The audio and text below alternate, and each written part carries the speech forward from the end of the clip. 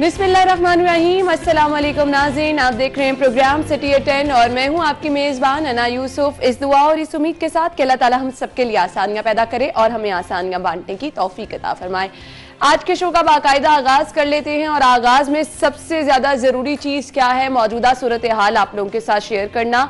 Corona virus की ground realities ये हैं कि केसेस बढ़ते चले जा रहे हैं, तो जो अपडेट हमारे तक हर रोज मौसूल होती हैं आप तक पहुंचाने का मकसद ये होता है कि आप जहां कहीं पर भी जाएं एहतियात का दामन कम से कम हाथ से ना छोड़े, ताकि आप भी महफूज रह सकें, आपके प्यारे भी महफूज रह सकें।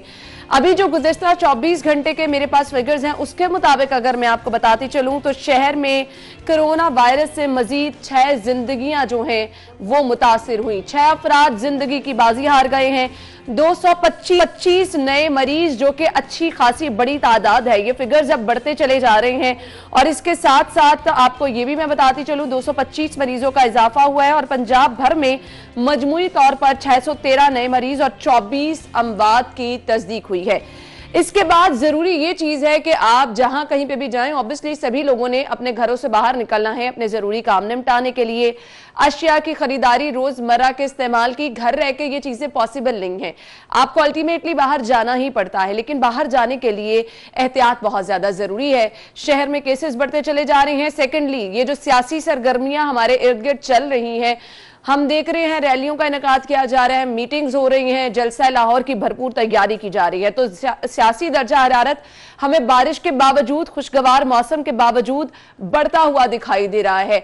अब ये सियासी दर्जा हरारत तो कंट्रोल होने वाला नहीं है, क्योंकि हम देख रहे हैं कि ऑपोजिशन का ये जो इकट्ठ है इस पे हम हर रोज एक नई कुव्वत देख रहे हैं। इस्तीफों के बाद अब कहा जा रहा है कि जी जिस तरह भी ये जलसा रोकने की कोशिश की गई, बैरियर लगाए गए हैं, बहुत सारे 3 आई थिंक लीगी कारकुन हैं जिनके घरों को बाहर बैरियर लगाए गए हैं और कहा जा रहा है जी यहाँ पे कोरोना केसेस की तस्दीक होने पर गलियों को सील किया गया है।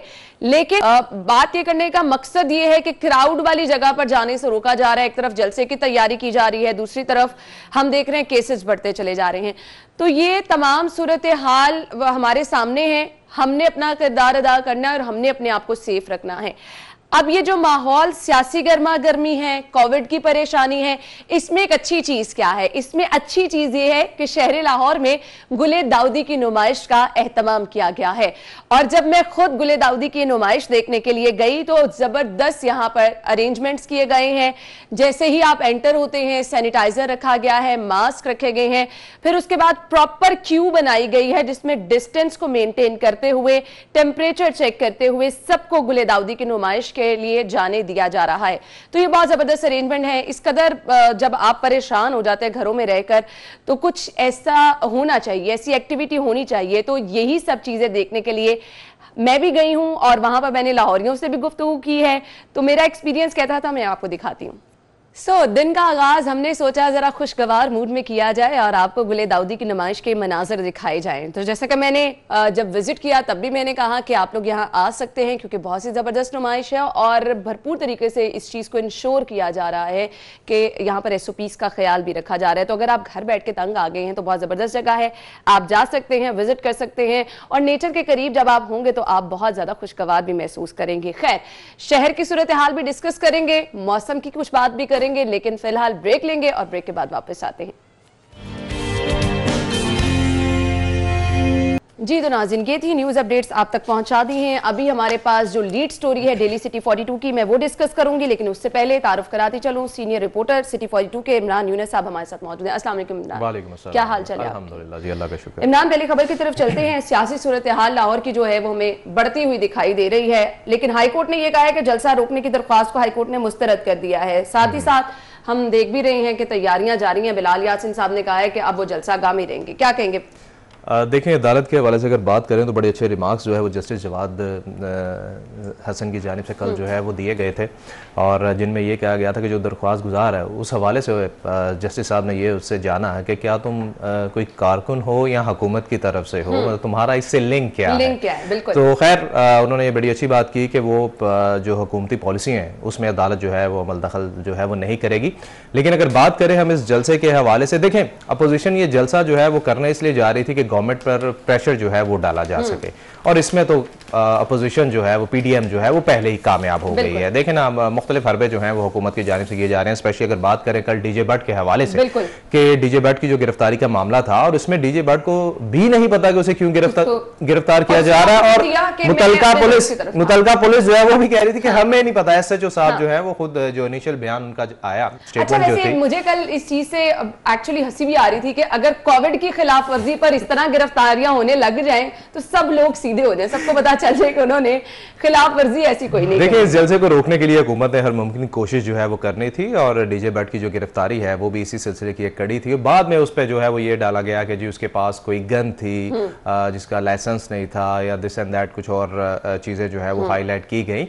लेकिन इनिशियली जब उसे गिरफ्तार किया गया और जो SHO थे वो खुद कह रहे थे कि भाई मुझे भी नहीं पता कि इसको गिरफ्तार जो है वो क्यों कर लिया गया, मैं तो गश्त पर था और वापस आया। तो ये बहरहाल देखें, कोई भी गवर्नमेंट हो, जलसों का जो दबाव है वो हुकूमतों पर पड़ता ही है। चाहे नून लीग हो, PTI जलसा करे या PTI हो, PTI की हुकूमत हो और नून लीग जलसा करे, पहुंची है तो फिर तो दबाव पड़ेगा। जी बिल्कुल, देखें दबाव मेरे ख्याल के मुताबिक हुकूमत ने ना इस जलसे को खुद ही कामयाब कर दिया। अपोजिशन को तो जरूरत ही नहीं ना पड़ी। अभी तो 13 दिसंबर जो है वो आनी है, अभी तो शो लगना है, अभी तो इन्होंने पावर शो दिखाना है। खैर मुख्तलिफ हल्के जो है वो खैर बात कर रहे हैं कि कामयाब होगा नहीं कामयाब होगा, ये एक अलहदा इशू है। लेकिन बात करें कि हुकूमत ने तो इसको खुद कामयाब कर दिया ना। जो मुख्तलिफ हथगंडे जो है वो अपनाए जा रहे हैं। ठीक है, आप कोरोना SOPs की बात करते हैं, ये समझ में आता है, ये समझ में आता है, ठीक है ना। लेकिन जब आप खुद मीटिंग जल्द से इजलास करें और गैदरिंग करें, उसमें कोरोना SOPs जो है वो क्या है, और जब अपोजिशन जो है वो कोई एहतजाज की कॉल देती है तो उसमें कोरोना SOPs क्या है, तो तजाद जो है वो नजर आता है। सही। तो कहने का मकसद यही है कि हुकूमत ने जो है वो जिस तरह मुल्तान का जलसा नाकाम बनाने की, तो बहुत सारी चीजों में इमरान हमें नजर आ रहा है। प्राइम मिनिस्टर साहब कहते हैं कि जलसा नहीं रोका जाएगा, लेकिन जहां कहीं पर लाउड स्पीकर का इस्तेमाल किया गया, सहूलतकार जिनको वो कह रहे हैं जो चीजें प्रोवाइड करेंगे उनके खिलाफ कार्रवाई की जाएगी। तो ये भी चीजों में पकड़ धकड़ भी हो रही है। शाइस्ता परवेज मलिक साहिबा की कल हमने गुफ्तगू सुनी, जिनके घर के बाहर उन्होंने कहा जी पुलिस एहलकार बिठा दिया और कोविड के सिलसिले में बंद कर दिया। पहले हम अपने नाज़रीन को वो दिखा दें कि शाइस्ता परवेज मलिक साहिबा का कहना क्या था, क्योंकि केसेस भी बढ़ते चले जा रहे हैं। तो स्मार्ट लॉकडाउन भी शहर में किया जा रहा है, तो कुछ लीगी MPAs MNAs हैं जिनके घरों के बाहर गलियों को जो है वो सील भी किया गया है। क्या कहना था शाइस्ता परवेज मलिक का, आपको दिखाते हैं। मुझे नहीं रोक सकते, अभी जो मर्जी कर लें, हमने निकलना ही निकलना है। ये स्मार्ट कर लें, अनस्मार्ट कर लें, लॉकडाउन कर लें, 13 का जलसा होना है भैया। ये जो कुछ भी है 13 के जलसे की वजह से वो इंशाल्लाह हो। तो कोरोना खुदा न करे, कोरोना भी तो है ना। देखिए हम ये है SOPs, पर इंशाल्लाह हम तमाम अपने कारकुनान को भी कह रहे हैं, ये देख लें इन्होंने भी पहना हुआ है, सब पहनते हैं, इंशाल्लाह अल्लाह फजल करेगा। और एक बात, हमारे वही जलसों में कोरोना आ जाता है, हमारे लोगों में कोरोना आ जाता है, इनका कुछ नहीं होता। तो आपकी गली बंद है सब? उन्होंने बैरियर्स लगाए हुए, एक सिपाही बिठाया हुआ है। लॉकडाउन में आया हुआ है? जी आया हुआ है। तो आप लॉकडाउन तोड़ के निकली, इजाजत लेके निकली? नहीं ना, इजाजत ना तोड़ के मैं निकली हूँ और किसी ने रोका नहीं है, रोकेंगे भी नहीं, उनको पता है कौन रुकेगा कौन नहीं। जी, शाइस्ता परवेज मलिक साहबा की गुफ्तगू आपने मुलाहिजा की है, जिनका ये कहना है कि वो नहीं रुकेंगे। अभी हमें ज्वाइन किया है लीगी रहनुमा है अली परवेज मलिक साहब, उनसे जान लेते हैं कि क्या हिकमत अमली है, और साथ ही साथ अब जो हम देख रहे हैं कि उन्हीं के घर की गली को भी सील किया गया है, तो उनसे जानते हैं कि उनकी प्लानिंग क्या होगी। अस्सलाम वालेकुम अली, क्या हाल चाल है आपके? अल्लाह का शुक्र जी, ना आप ठीक ठाक हो? बिल्कुल ठीक ठाक, थैंक यू सो मच, आपके वक्त का बहुत बहुत शुक्रिया। मुझे बताइएगा, प्राइम मिनिस्टर साहब कह रहे हैं कि जलसे को रोका नहीं जाएगा, मुकम्मल तौर पर इजाजत दी जाएगी। हाई कोर्ट ने भी जलसा रोकने की दरख्वास्त को मुस्तरद कर दिया है। कहीं ना कहीं हम देख रहे हैं कोशिशें भरपूर की जा रही हैं जलसा रोकने की। अभी शाइस्ता साहबा का हमने शॉट भी दिखाया, आप ही के घर को, जो घर की गली है उसको सील किया गया है, वहां पे एक पुलिस एहलकार बिठाया गया है, स्मार्ट लॉकडाउन किया गया, क्या कहेंगे? है ना, मुझे आप पहले अपने दिल पे हाथ रख के ये बात बताएं कि आप मानने को तैयार हैं कि जो हुकूमत है वो जलसे को रोकने की कोशिश नहीं कर रही है। आपने क्या नहीं देखा कि डीजे भट्ट साहब के साथ कल क्या हुआ? आपने क्या ये नहीं देखा कि जो शादरे से लेके चून तक जो भी लाहौर शहर के अंदर थाने हैं उसके अंदर किस तरह से बोगस मुकदमों के अंदर जो कि पाकिस्तान मुस्लिम लीग नवाज के वर्कर हैं उनको नामजद किया जा रहा है, उनको हरासा लिया जा रहा है। ये इजाजत ना देना या इजाजत देना किसको वजीर आजम साहब कहते हैं, जरा उनसे पूछ के बता दीजिएगा जब आपका कोई कॉरेस्पॉन्डेंट उनसे मिले। बात जो है वो है ना इस तरह से है कि ये जो मर्जी पोछे हथकंडे अपना लें, अवाम के साथ जो पिछले 2 साल के अंदर हो गई है, जो रोजमर्रा अशिया की चीजें हैं उनकी कीमतों की सूरत के अंदर, जो यहाँ पे अद्वियात की कीमतों की सूरत के अंदर, जो यहाँ पे जो आपके पास जो अस्पतालों के अंदर सूरत हाल है, जो यहाँ पे आपका कोई भी आप इनका सलाई जो मंसूबा जो शहबाज शरीफ साहब ने बड़ी मेहनत के साथ या नवाज शरीफ साहब की विजन के तहत शुरू किया था, उसके साथ जो इन्होंने रवैया रखा हुआ है, उसके बाद मुझे बताएं कि कोई ऑपोजिशन की जमात को किसी को कुछ करने की जरूरत है? लोग यहाँ पे खुद एहतजाज के लिए बाहर निकलना चाहते हैं। इन्होंने इस किस्म की हरकत मुल्तान में करने की कोशिश की तो आपने क्या वहाँ पे अपनी टीवी स्क्रीन के ऊपर लोगों को नहीं दिखाया कि किस तरह से वो सिचुएशन अराइज हुई, और उसके बाद चले वहाँ की जो लोकल एडमिनिस्ट्रेशन है उसके अंदर कोई सेंस प्रिवेल कर गई और वो पीछे हो गए, और इन्होंने जिस हद तक भी वहाँ पे जलसा होने के लिए अकोमोडेट आखिरी मिनट पे किया वो कर लिया। बात इस तरह से है कि ये सिचुएशन देखें, आईनी हमारा हक है एहतजाज करना। बिल्कुल आप अली बिजा फरमा रहे हैं कि आईनी हक है, लेकिन आपके अपने मुतालबात जितने भी हैं पीडीएम के, जो हिकमत अमली है वो एक तरफ, लेकिन कोविड पे आपको नहीं लगता कि कहीं ना कहीं कॉम्प्रोमाइज हो जाएगा? केसेस अगर बढ़ गए तो इसका रिस्पॉन्सिबल कौन होगा? देखिए ना, बात इस तरह से है कि जब भी हमारे मुल्क के अंदर कोई भी चैलेंज आया है पिछले 2 साल के अंदर, हमारे बेपनाह तहफ़्फ़ुज़ात थे इस हुकूमत के साथ। मुझे बताएं कि ऑपोजिशन ने हमेशा हुकूमत को नहीं कहा कि आए मिलके एक यूनाइटेड फ्रंट बनाते हैं, एक जॉइंट नैरेटिव बनाते हैं किसी भी किस्म के चैलेंज का सामना करने के लिए। अभी लंदन का वाकया देख लें, कश्मीर का मामला देख लें, लाइकवाइज कोरोना वायरस की जब वबा आई तो सारी पॉलिटिकल लीडरशिप ने क्या कहा कि आए एक बीच पे हम बैठ के एक जो जॉइंट नैरेटिव बनाते हैं, और उसके बाद जब पॉलिटिकल ओनरशिप होगी उस विजन की हम एनसीओसी को देते हैं कि जाए जाके इम्प्लीमेंट करें। तो मुझे बता दें कौन साहब थे जिन्होंने इस जो एडवाइस को रद्द किया था। अब बात इस तरह से है कि अगर ये फर्क चीजों के पीछे छुप के जो आईनी जो जमहूरी जो हमारा हक है जो एहतजाज का, हम उसके अंदर आपने बिल्कुल ठीक कहा, ये रियलिटी है कोरोना वायरस पर, हम हिफाजती तदाबीर को सामने रखते हुए दोस्तों को बताते हुए कि मास्क पहने, सैनिटाइजर का इस्तेमाल करें, हम अपना जो जमहूरी राइट है उसको तो सरेंडर नहीं कर सकते ना। अगर हम लोगों की हम भी तर्जुमानी नहीं करेंगे तो किस तरह से मामला बेहतर होंगे? असेंबली इन्होंने हमारे लिए बंद कर दी, टीवी के स्क्रीन के ऊपर ये बताएंगे कि जी चैनल 24 में चलना है कि नहीं चलना, ये बताएंगे कि जी अन्ना ने आज प्रोग्राम करना है कि नहीं करना, किस गेस्ट को बुलाना है। तो इस तरह से हम जो लोगों की तर्जुमानी करना चाहते हैं वो किन फोरम्स पे जाके करें? एहतजाज ही करेंगे ना। हम कोई अपनी जान को भी रिस्क पे डाल के अगर बाहर निकल रहे हैं तो लोगों के लिए निकल रहे हैं ना। तो ये हालात और ये मामला किस तरह से इस सूरत हाल पे आ गई, ये हुकूमत को इंट्रोस्पेक्शन करने की जरूरत है। ऑपोजिशन तो सिर्फ और सिर्फ तर्जुमानी करने के लिए लोगों की ग्रीवेंसेस को आगे आ रही है, क्योंकि अगर हमने भी ये ना किया तो हमारे साथ भी वही रवैया होगा जो आपको यूसुफ रई साहब के साथ होता हुआ देखा जब वो अपने हल्के के अंदर। बिल्कुल, thank you so much Ali. Parvez Malik साहब हमारे साथ टेलीफोन लाइन पे मौजूद थे और ऑपोजिशन का पीडीएम का मौकफ भी आपने सुन लिया। किसी सूरत ये जलसा रुकने वाला नहीं, इसकी मुकम्मल तैयारी की जा रही है। अवाम की उमंगों का तर्जुमान इस जलसे को कहा जा रहा है और अवाम बाहर निकलेंगी, भरपूर निकलेंगी, साथ देंगे, ये भी कहा जा रहा है। लेकिन रिक्वेस्ट यही है कि जो लोग भी जलसे में शिरकत के लिए जाएं, बहुत ज्यादा एहतियात की जरूरत है। ग्राउंड रियलिटीज हमारे सामने है, केसेस मतबातर बढ़ते चले जा रहे हैं। तो अब जहां पर सियासी गर्मा गर्मी है वहां पर यह चीज हमारी अपनी रिस्पॉन्सिबिलिटी है देखना कि हमने जाना है जलसे में शिरकत के लिए, नहीं जाना, यह फैसला अवाम का है। और अगर जाना है तो एहतियात किस तरह से करनी है। ब्रेक लेते हैं, ब्रेक के बाद ज्वाइन करेंगे। ब्रेक के बाद आपको एक बार फिर से खुश आमदीद कहेंगे और अगली खबर शामिल कर लेते हैं। अगली खबर हमारे पास है जी, बस की रूट परमिट फीस 950 से बढ़ाकर 1400 रुपए करने का फैसला किया गया है। इसी तरह से मोटरसाइकिल रिक्शा की फीस भी बढ़ा दी गई है। अल्टीमेटली इसका असर जो है फिर आवाम पे पड़ेगा। पब्लिक ट्रांसपोर्ट जो इस्तेमाल करेगा उससे पैसे ज्यादा वसूल किए जाएंगे। क्या कहेंगे इमरान भाई? देखिए, मैं हैरान हो रहा हूँ महकमा ट्रांसपोर्ट के इस फैसले पे जो समरी इन्होंने वज़ीर आला को भिजवाई है कि एक तरफ तो आप आवाम को सहूलत देने के हवाले से जो है वो बातें कर रहे हैं और दूसरी जानिब ऐसे इनिशिएटिव्स ले रहे हैं जिससे आवाम का मयार ज़िंदगी बुलंद होने के बजाय मज़ीद नीचे जाएगा। अच्छा, इसमें अगर हम बात करें कि महकमा ट्रांसपोर्ट ने ये जो समरी भिजवाई है, जो रूट्स की फ़ीसें जो हैं वो बढ़ा दी गई, इससे होगा क्या? इससे होगा ये कि ऑब्वियसली सबको पता है कि अब किराए जो है वो बढ़ेंगे। इससे सिर्फ सफरी सहूलियात महंगी नहीं होंगी बल्कि महंगाई जो है वो भी बढ़ेगी। क्यों?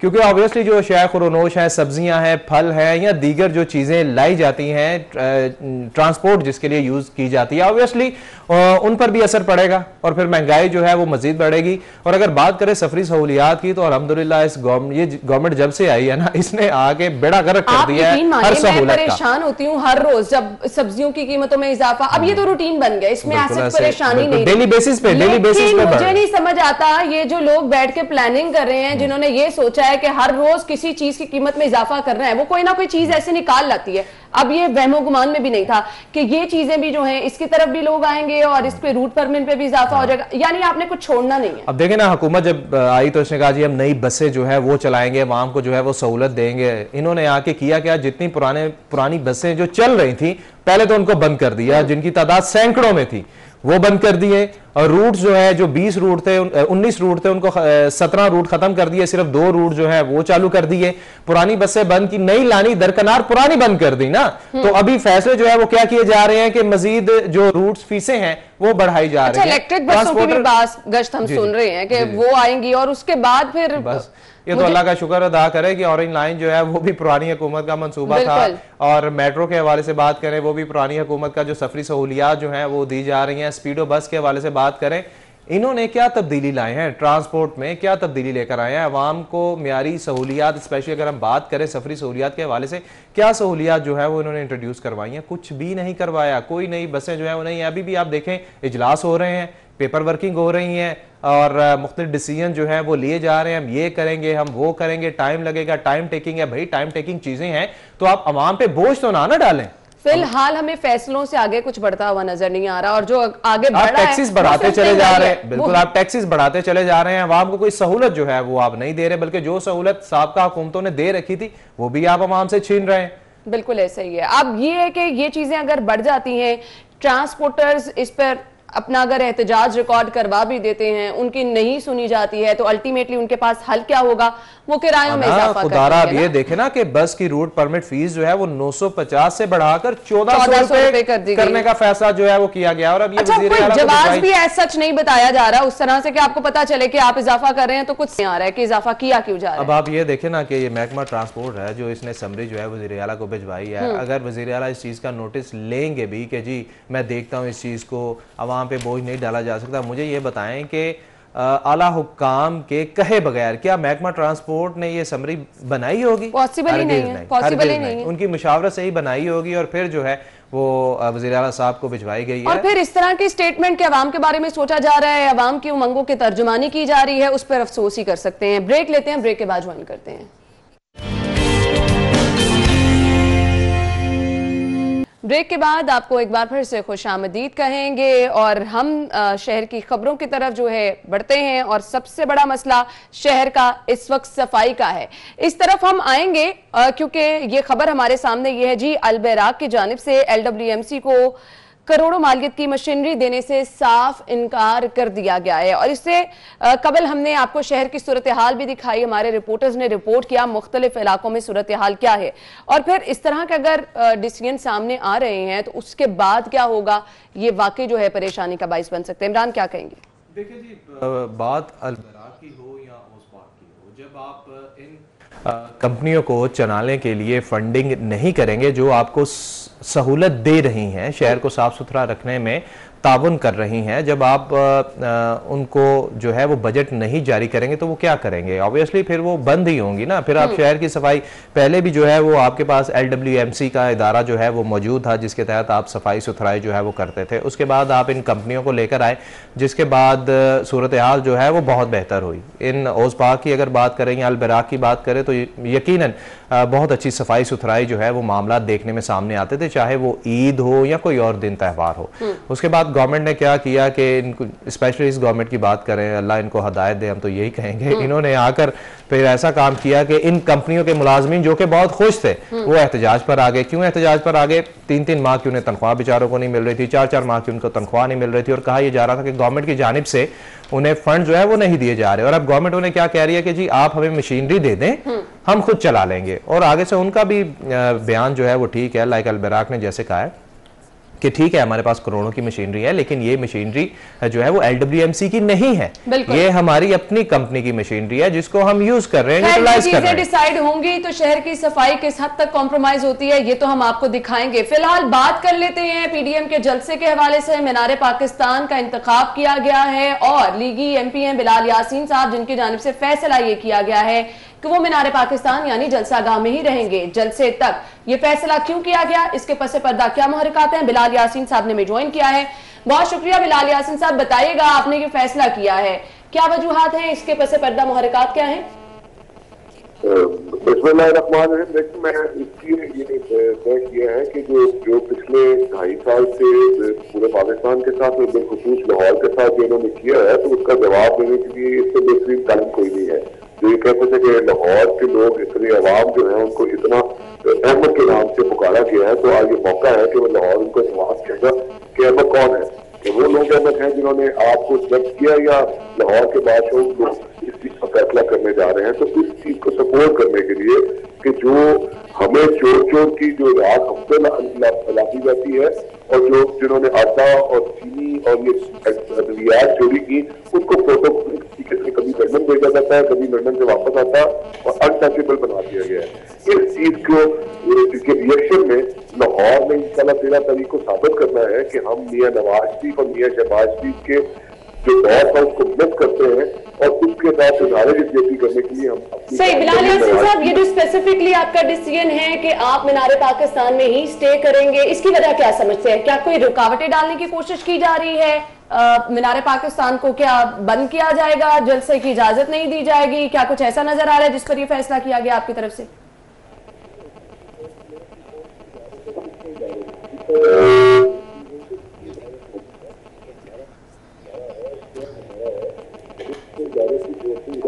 पाकिस्तान की आवाम और लाहौर को खास तौर पर हम इन्वाइट कर चुके हैं। मरियम नवाज की खुद लाहौर में निकल चुकी है, तो आपने देखी है कि किस तरह का वालखाना इस्तेमाल होता है। तो इसकी तैयारियों के लिए हम पे भी फर्ज पड़ता है। लाहौर में हमें कई मरतबा 4-5 मरतबा हर असेंबली के मेंबर बन चुके हैं, आजाद से मुझे देखी है, तो हमारा फर्ज बनता है कि हक अदा करें लाहौर की डिजाइनिंग की।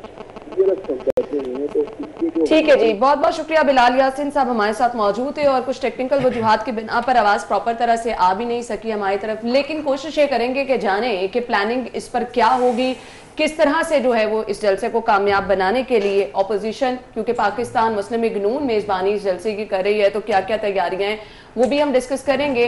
फिलहाल नाज़रीन मुझे ब्रेक की तरफ जाने, इमरान साहब हमारे साथ मौजूद है, बहुत बहुत शुक्रिया आपके वक्त के लिए। नाज़रीन ब्रेक लेंगे, आप हेडलाइंस जानिएगा, जिसके बाद आपको शो में दोबारा ज्वाइन करेंगे, हमारे साथ रहिएगा। हर जगह धूप छांव में पाकिस्तानियों का इंतखाब है डायमंड पेंट। पाकिस्तानी तरजीह देते हैं इस्तेमाल डायमंड पेंट को करने में। अब ये कामयाबी का सफर किस तरह से डायमंड पेंट ने तय किया और एतमाद बहाल किस तरह से अपने कस्टमर्स का किया, ये तमाम तर सफर जो है इसको कितना अरसा दरकार रहा, ये जानना बहुत ज्यादा जरूरी है। क्योंकि अगर इतने सारे लोग एतमाद कर रहे हैं और ये कह रहे हैं कि धूप छांव हो, उनका एतमाद सिर्फ और सिर्फ डायमंड पेंट है, तो ये एतमाद किस तरह से कायम हुआ, इस पर हम बात करेंगे। स्टूडियो में हमारे मेहमान जो हमारे साथ मौजूद है, तारुफ मैं आपके साथ कराना चाहूंगी। Executive general manager diamond paints हैं ये असद मुनीर साहब, जिन्होंने हमें ज्वाइन किया। अस्सलाम वालेकुम जी। अस्सलाम वालेकुम, क्या हाल चले आपके? जी अल्हम्दुलिल्लाह जी। अच्छा, जैसा कि बहुत बड़ी तादाद में पाकिस्तानी इत्तेमाद कर रहे हैं डायमंड पेंट पर, ऑब्वियसली इसके पीछे एक बहुत लंबी स्ट्रगल, एक लंबी स्टोरी होगी, तो मुझे कुछ स्टार्ट से बताइएगा, आगाज किस तरह से किया और कभी सोचा था कि इस कदर कामयाबी भी मिल जाएगी? जी बिल्कुल, सबसे पहले तो आपका शुक्रिया और आपके चैनल का बहुत बहुत शुक्रिया कि आपने मुझे यहाँ पे मौका दिया। और आज अल्हम्दुलिल्लाह I feel very proud that I am representing Pakistan number 1 paint brand Diamond Paints. Diamond Paints की हिस्ट्री में बेसिकली मैं 3 चीज़ें आपको बताना चाहूँगा। एक तो इसकी फाउंडेशन की बुनियाद कब रखी गई, दूसरा हमारी बिजनेस लाइंस कौन कौन सी किस में हम ऑपरेट कर रहे हैं, और तीसरा है कि हमारे फंक्शनल डिपार्टमेंट्स कौन कौन से। सही। 1982 में डायमंड पेंट्स की फाउंडेशन यहीं लाहौर से कोट लखपत में ही हमारा प्लांट था, जो सबसे पहला पेंट का प्लांट था। आज अल्हम्दुलिल्लाह हमने सुंदर इंडस्ट्री के अंदर पाकिस्तान की सबसे बड़ी state of the art production facility हम यहाँ पर कायम कर चुके हैं। और डायमंड पेंट्स का जो सफ़र है वो पिछले 38 साल के ऊपर मुहित है। बिजनेस लाइंस के ऊपर अगर आप आएँ तो उसमें जो डायमंड पेंट्स ने अपने सफ़र का आगाज़ किया इंडस्ट्रियल कोटिंग्स लिक्विड पेंट्स के साथ स्टार्ट किया, और पाकिस्तान में अगर आप देखें जितनी भी फ़ैन इंडस्ट्री है उसको जाके टैप किया हमने, सेल्स को वहाँ पे टैप किया, और आज अल्हम्दुलिल्लाह फ़ैन इंडस्ट्री में भी लीड कर रहे हैं कि वहाँ पर हमारी जितने भी फ़ैन्स हैं उसके ऊपर हमारी कोटिंग सप्लाई होती हैं। फिर जैसे जैसे ये सफ़र आगे चलता गया हमने पाउडर कोटिंग लॉन्च की। पाउडर कोटिंग भी अगर आप देखें तो जितने भी इलेक्ट्रिकल इक्विपमेंट्स हैं जिसमें गीज़र्स हैं, रेफ्रिजरेटर्स हैं और बाकी तमाम इलेक्ट्रिकल जितने भी इक्विपमेंट्स आते हैं इसके ऊपर पाउडर कोटिंग है। ये एक नई इनोवेशन थी जो कि लिक्विड पेंट से पाउडर कोटिंग के ऊपर शिफ्ट हुई। सही। उसमें आज अल्हम्दुलिल्लाह हम लीड कर रहे हैं। और फिर थर्डली फिर हमने अपने डेकोरेटिव सेगमेंट को लॉन्च किया। डेकोरेटिव सेगमेंट इस वक्त हमारी जो टोटल वॉल्यूम है, टोटल बिजनेस वॉल्यूम है, उसका तकरीबन 70 to 75% कंट्रीब्यूट कर रहा है। और इसमें हमारा बहुत मजबूत एक डीलर नेटवर्क है जो कि गवादर कराची से लेकर गिलगित बल्तिस्तान तक हमने हर कंज्यूमर तक अपने डीलर नेटवर्क को पहुंचा दिया है। जबरदस्त जबरदस्त। फिर 3 साल पहले हमने व्हीकल रीफिनिश डिपार्टमेंट का हमने आगाज़ किया। मलेशियन कंपनी है एल्प्स कोटिंग, उसके साथ हमारा टेक्निकल कोलैबोरेशन हुआ और आज अल्हम्दुलिल्लाह हमारा व्हीकल रिफिनिश जो गाड़ियों का जो पेंट है, जो गाड़ियों के ऊपर एक्सीडेंटल गाड़ियां होती हैं उसके ऊपर जो दोबारा से पेंट। तो ये कामयाबी का सफर है, कहाँ से शुरू किया और कामयाबी का सफर आप इस तरह से तय करते चले। क्वालिटी पे हमेशा जो चीज हम देखते हैं कहीं ना कहीं कॉम्प्रोमाइज हो जाए तो एतमाद वहां पर ही सारिफीन का कम हो जाता है। लेकिन जिस तरह से आप ये सफर बता रहे हैं कि आगे ही आप बढ़ते चले गए, तो ऑब्वियसली वो क्वालिटी पे कोई कॉम्प्रोमाइज नहीं हुआ होगा, सारिफीन ने पसंद किया होगा, तो ये सफर आगे बढ़ता चला गया। क्वालिटी को किस तरह मेंटेन किया जाता है? इसमें ऐसा है कि चूंकि we believe on consumer oriented approach, और जाहिर है कंज्यूमर को बेस्ट से बेस्ट क्वालिटी हमने देनी है। और हमने इस फिलॉसफी के ऊपर काम किया कि हमने अपने कस्टमर को क्लाइंट में चेंज करना है। क्लाइंट वो जो कि आपको रिपीट सेल्स दे, और क्लाइंट वो जो कि आपके ब्रांड के ऊपर ट्रस्ट करता है। अब जाहिर है ट्रस्ट आपने डेवलप करने के लिए, ट्रस्ट गेन करने के लिए उसको दी बेस्ट क्वालिटी आपने कंज्यूमर को देनी है। तो ज़रा हमारा जो रिसर्च एंड डेवलपमेंट डिपार्टमेंट है वो इसके ऊपर बहुत अनथक मेहनत करता है, और पूरी दुनिया से हम जितने भी बेस्ट रिसोर्सेज हैं रॉ मटेरियल के उनको हम अप्रोच करते हैं, और उनसे हम अपने प्रोडक्ट की डेवलपमेंट के अंदर बहुत ज़्यादा एडिशन लेते हैं, और हम अपने कंज्यूमर को दी बेस्ट क्वालिटी देते हैं। अच्छा, कंज्यूमर की सजेशंस भी मिलती रहती होंगी टाइम टू टाइम आपको? सजेशंस कंज्यूमर की तरफ से भी आती रहती होंगी? बिल्कुल जी, हमारा कंज्यूमर और कस्टमर और डीलर फीडबैक जो मैकेनिज्म है वो बहुत स्ट्रॉन्ग है। हमारी सेल्स टीम पूरे पाकिस्तान में काम कर रही, वो इमीडिएट बेसिस के ऊपर हमारे टेक्निकल डिपार्टमेंट को हमारा पूरा एक सिस्टम है, उस सिस्टम के तहत वो हमें एक मैकेनिज्म के तहत हमें एक फीडबैक मिलता है, हम इमीडिएट उसके ऊपर एक्शन करते हैं और अपनी प्रोडक्ट की क्वालिटी में जहां जहां हमें इम्प्रूवमेंट। अच्छा, डायमंड पेंट का एतमाद ना सिर्फ पाकिस्तानी बल्कि उस पर ट्रस्ट करते हैं, बल्कि एक्सपोर्ट भी ये किया जाता है। और ये बताइएगा कि बाहर से रिस्पॉन्स कैसा आता है? जी बिल्कुल, हमने आज से तकरीबन 20 से 22 साल पहले अफगानिस्तान की मार्केट को टैप किया, और आज अल्हम्दुलिल्लाह हम बहुत सक्सेसफुली वहाँ पर सेल्स कर रहे हैं। और 2 साल पहले हमने कतर की मार्केट को एक्सप्लोर किया, और अब आने वाले दिनों में हम मिडल ईस्ट और सेंट्रल एशियन मार्केट को भी एक्सप्लोर करने जा रहे हैं। सही, मुझे ये बताइएगा, अकॉर्डिंग टू ऑब्वियसली आप रियलिटीज देख लेते हैं, ग्राउंड रियलिटीज क्या हैं, पाकिस्तान के वेदर को भी देखा गया होगा, फिर आपके कस्टमर की डिमांड्स क्या हैं उनको भी देखा गया होगा। क्या क्या चीजें हैं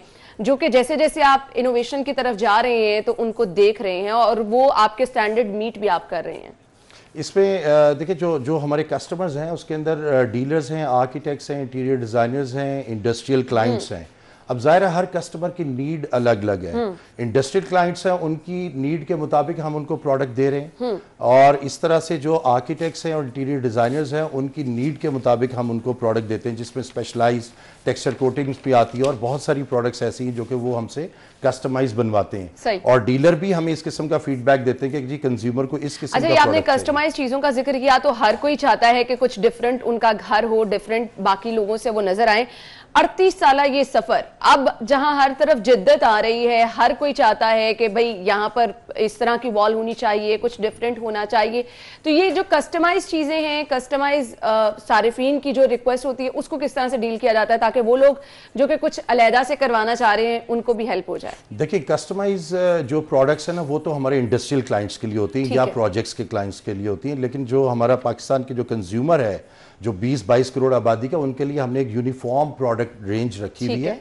उसके अंदर हमारी प्रीमियम रेंज, जिसके ऊपर हम बहुत ज़्यादा फोकस करते हैं कि हमारे कस्टमर को बेस्ट क्वालिटी मिले। इसके बाद फिर मिड टियर रेंज आ जाती है डेकोरेटिव के अंदर, फिर इसके अंदर लो टियर रेंज भी आती है। तो वो डिफरेंट टाइप के क्लाइंट्स हैं, उनकी जेब के मुताबिक हम उनको अपनी प्रोडक्ट्स की ऑफर करते हैं। सही, तो इनोवेशन की जब हम बात करते हैं, हर तरफ नई नई चीजें ऐड हुई हैं। 38 साल इस सफर में नया डायमंड पेंट्स ने क्या ऐड किया और आप समझते हैं कि उससे वाकई बहुत ज्यादा एक वो इनकलाब कहते ना वो आया है? जी, इसके अंदर जैसे मैंने अभी पाउडर कोटिंग का जिक्र किया, ये एक नई इनोवेशन थी और आज अल्हम्दुलिल्लाह हम बहुत बड़ी लीड के साथ इसको इस सेल्स को एंजॉय कर रहे हैं, जिसको कंपटीशन मेरा ख्याल है कि बहुत जल्दी उसको अचीव नहीं कर सकता। सेकंड ये कि डेकोरेटिव में अगर आए तो मैंने प्रीमियम रेंज का जिक्र किया। प्रीमियम रेंज के अंदर हमारा एक प्रोडक्ट है ड्यूरा सिल्क। ये बहुत ही हाईली वॉशेबल प्रोडक्ट है और अभी हम रिसेंट जो फर्दर हम एक्सप्लोर करने जा रहे हैं वो टेक्सचर कोटिंग्स हैं, वो हम इंशाल्लाह बहुत जल्द लॉन्च कर देंगे। सही, हम गुफ्तगू का सिलसिला आगे बढ़ाएंगे और बहुत जबरदस्त इंफॉर्मेशन मुझे तो मिल ही रही है, लेकिन वो लोग जो कि इत्तेमाद करते हैं डायमंड पेंट पे, ऑब्वियसली उनको ही पता चल रहा होगा कि डायमंड पेंट्स अपने सारिफिन का किस तरह से ख्याल रख रहा है। ब्रेक लेते हैं, ब्रेक के बाद आपको ज्वाइन करते हैं। ब्रेक के बाद आपको एक बार फिर से खुशामदीद कहेंगे। हमारे मेहमान स्टूडियो में हमारे साथ मौजूद हैं और डायमंड पेंट्स किस तरह से अपना एतमाद बहाल रखे हुए हैं, डायमंड पेंट्स के कामयाबी का सफ़र किस तरह से चल रहा है, इस पे हम बात कर रहे हैं। गुफ्तगू का सिलसिला आगे बढ़ाएंगे। असद मुनीर साहब, ये बताइएगा, कोविड की वजह से हमने देखा कि हर शोबा ज़िंदगी का मुतासर हुआ है, क्या कुछ आप लोगों को भी मुश्किलात फेस करना पड़ी? जी बिल्कुल, इसमें देखें पूरी दुनिया में जिस तरह से कोविड आया, जाहिर है उसी तरह के असरात पाकिस्तान में भी कोविड के रहे और उन दिनों में कोविड की वजह से बिजनेस इफेक्ट ज़रूर हुआ और हमने एज डायमंड पेंट मैनेजमेंट हमने जो गवर्नमेंट की जो क्लियर लाइंस थी उनको हमने स्ट्रिक्टली फॉलो किया और हमने अपने जो ये जो 2-3 माह थे कोविड के, उसमें हमने अपने तमाम एम्प्लॉयज़ को, अपने तमाम कस्टमर्स को इंटैक्ट रखा, उनको हौसला दिया कि इस सिचुएशन में हम आपके साथ हैं और अल्हम्दुलिल्लाह हमने देखें किसी भी एम्प्लॉय को ले ऑफ नहीं किया। इस दौरान हमने तमाम एम्प्लॉयज़ को 100% सैलरीज दी, हमने उनको तमाम जो उनके एक्सपेंसेस थे वो भी हमने उनको पे किए, इवन हमने जो हाफ ईयर बोनस था वो भी हमने अपने एम्प्लॉयज़ के लिए अनाउंस किया और इस चीज़ ने हमारे एम्प्लॉयज़ के अंदर बहुत ज़्यादा मोटिवेशन क्रिएट की। और जैसी कोविड की सिचुएशन थोड़ी कम हुई जून आफ्टर, तो उसमें ये था कि टीम पूरे थ्रॉटल के साथ और पूरी पावर के साथ हमारी टीम ने कम बैक किया और हम अल्हम्दुलिल्लाह जून ऑनवर्ड्स हमारी सिचुएशन इस वक्त सेल्स की ये है कि हम we are crossing almost 1 billion sales every month inclusive of sales tax, जो कि बहुत बड़ा माइलस्टोन है। और मैं समझता हूँ कि इसी तरह से हमने जो अपने कस्टमर्स को इंटैक्ट रखा अपने साथ, कि हमने उनकी जो पॉलिसीज़ थी हमने उनको कुछ टाइम के लिए सस्पेंड किया और हमने कहा कि नहीं, हम आपकी सेल्स को कंटिन्यू रखेंगे और हमने इस तरह का मैकेनिज्म उनके साथ बनाया कि हमने 1 क्वार्टर के लिए उनकी सेल्स को अपने साथ इंटैक्ट किया और आज अल्हम्दुलिल्लाह तमाम कस्टमर्स जो हमारी कंपनी की पॉलिसीज़ हैं, जिसमें क्रेडिट पॉलिसीज़ हैं स्पेशली, उनको मेंटेन कर रहे हैं। ज़बरदस्त। अच्छा, मुझे ये बताएगा, पाकिस्तान में हर जगह पे आसानी से अवेलेबल है क्या डायमंड पेंट? सार्फिन तक पहुंच सकता है? रसाई की आसान बनाने के लिए कोई इकदाम किए गए हैं? जी बिल्कुल, जिस तरह मैंने आपको बताया कि हमारी कंज्यूमर ओरिएंटेड अप्रोच है, तो हमने गवादर से लेकर कराची से लेकर गिलगित बल्तिस्तान खैबर तक तमाम जगह हमारा तकरीबन आज अल्हम्दुलिल्लाह जितने भी सेल्स सेगमेंट है 1500 से ज़्यादा डीलर नेटवर्क है। हम तकरीबन हर कंज्यूमर की अप्रोच में हैं। किसी भी जगह हमारे कंज्यूमर को, हमारे कस्टमर को अगर हमारी प्रोडक्ट चाहिए तो वो हमारे डीलर को अप्रोच कर सकता है। हमारी वेबसाइट के ऊपर उनकी तमाम डिटेल्स मौजूद हैं, हमारे शेड कार्ड्स के ऊपर उनकी तमाम डिटेल्स मौजूद हैं और कंज्यूमर की अप्रोच में हमारे तमाम डीलर हजरात हैं। सही, ये बहुत ज़बरदस्त चीज़ है कि सारिफीन की जितनी भी परेशानियां होती हैं उनको भी मद्देनजर रखा गया है और अप्रोच को इजी किया जा रहा है। अच्छा, बहुत ज़्यादा ज़रूरी होता है कोई हेल्दी एक्टिविटीज़ का भी एहतमाम किया जाए अपने एम्प्लॉयज़ के लिए भी। वो जो सारिफीन एतमाद करते हैं उनके साथ भी एक हेल्दी इन्वायरमेंट में अगर इंटरेक्शन होती रहे तो आपको एक्चुअली आपके सारिफीन की नीड्स क्या हैं वो भी पता चल जाता है। इसके लिए क्या कुछ किया जाता है, टाइम टू टाइम कुछ प्लान किया जाता है?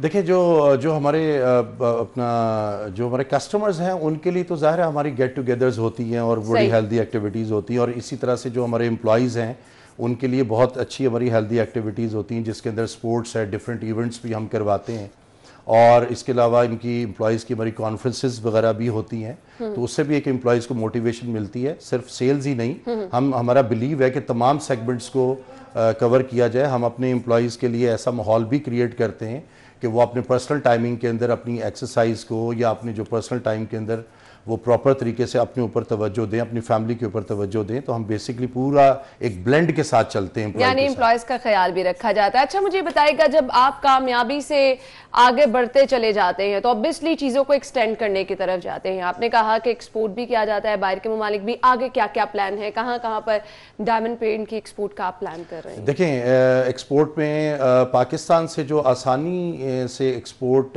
हो सकती है, एक तो मिडल ईस्ट मार्केट है, दूसरा हमारी सेंट्रल एशिया की मार्केट है।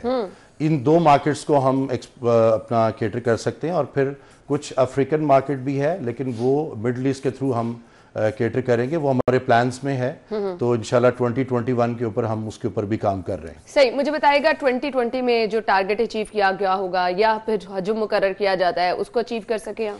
जी अल्हम्दुलिल्लाह, मैंने आपको बताया कि कोविड की सिचुएशन के बाद जो हमारी सेल्स रही हैं जून ऑनवर्ड्स, हमने तकरीबन हर महीने 1 बिलियन सेल्स का माइलस्टोन और लैंडमार्क अचीव किया इंक्लूसिव ऑफ टैक्स और ये 100% से भी ज़्यादा हम अपनी सेल्स को अचीव कर रहे हैं।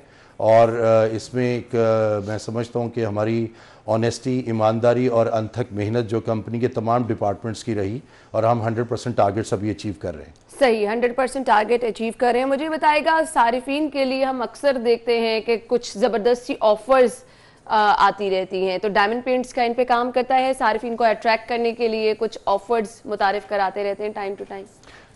देखिए, सारिफीन के लिए तो हम समझते हैं कि उनके लिए सबसे बेस्ट चीज़ है कि उनसे जो हम प्राइस चार्ज कर रहे हैं उसके अगेंस्ट उनको बेस्ट क्वालिटी दी जाए जो कि मार्केट में उस तरह की क्वालिटी अवेलेबल है।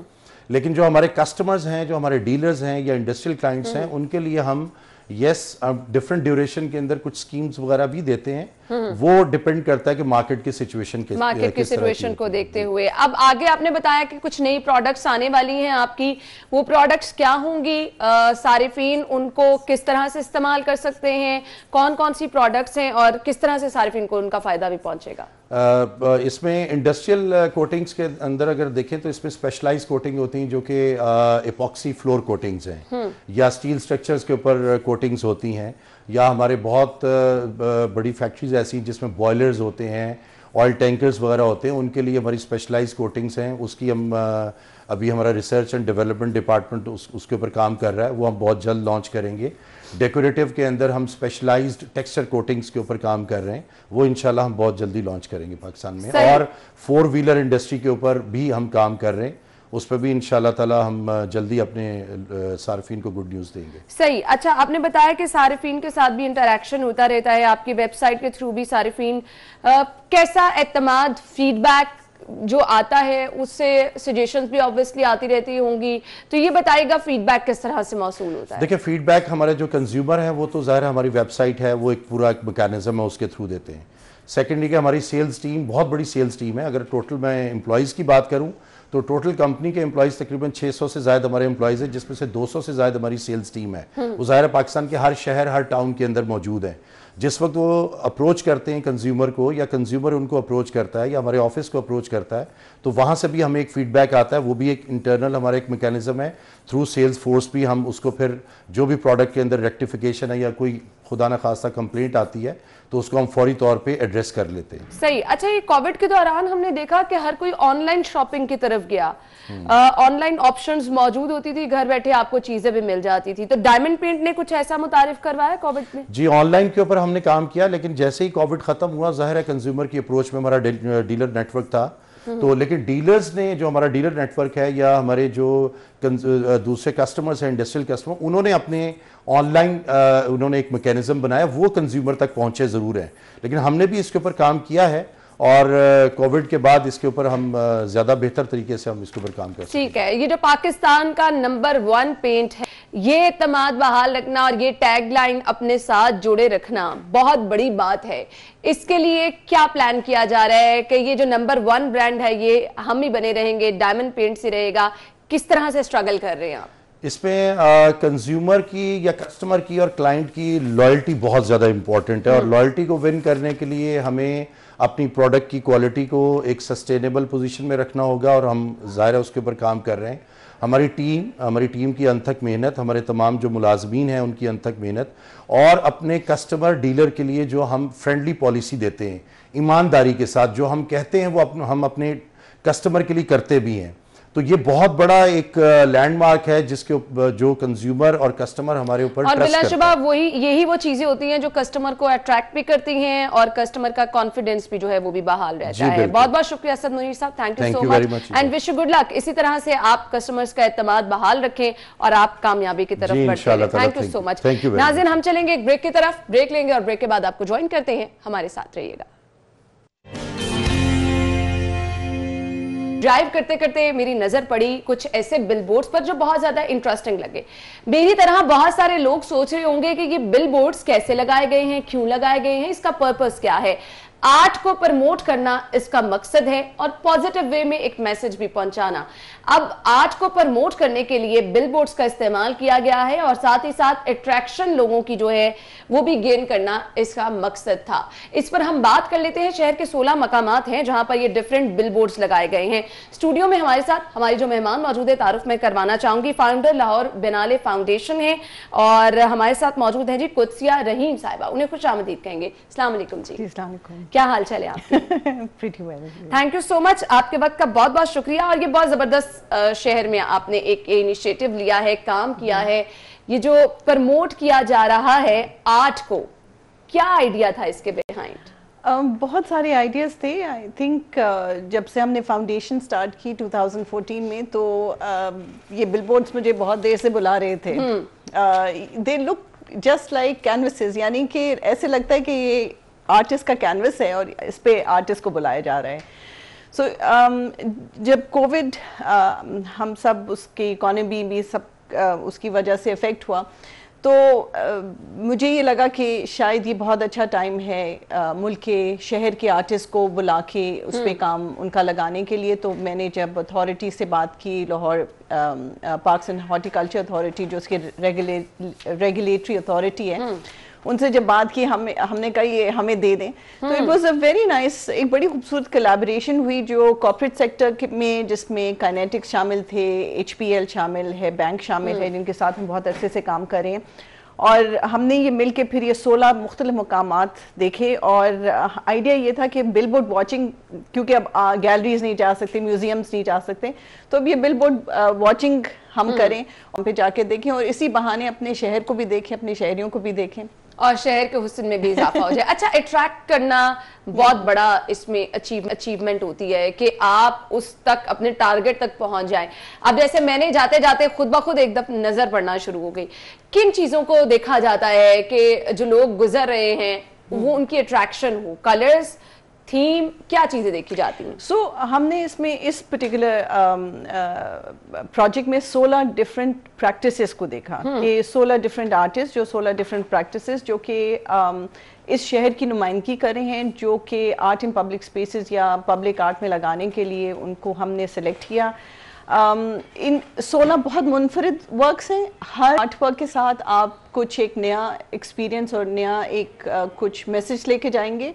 और जिस तरह सलीमा हाशमी का काम जो है वो it talks about women and the role of women during COVID. आप नाज़ी शताउल्लाह का काम देखिए तो वो कहती हैं कि 2020 इज लाइक अ पॉज। अच्छा, कौन कौन से आर्टिस्ट ने इसमें रोल प्ले किया उस पर हम बात करते हैं। नाज़रीन, अभी एक अपडेट आप तक पहुंचानी है। ब्रेकिंग न्यूज हमें मौसूल हुई है। सूबाई वजीर सेहत अभी एक दिन के लिए उनको अंडर ऑब्जर्वेशन रखा जाएगा।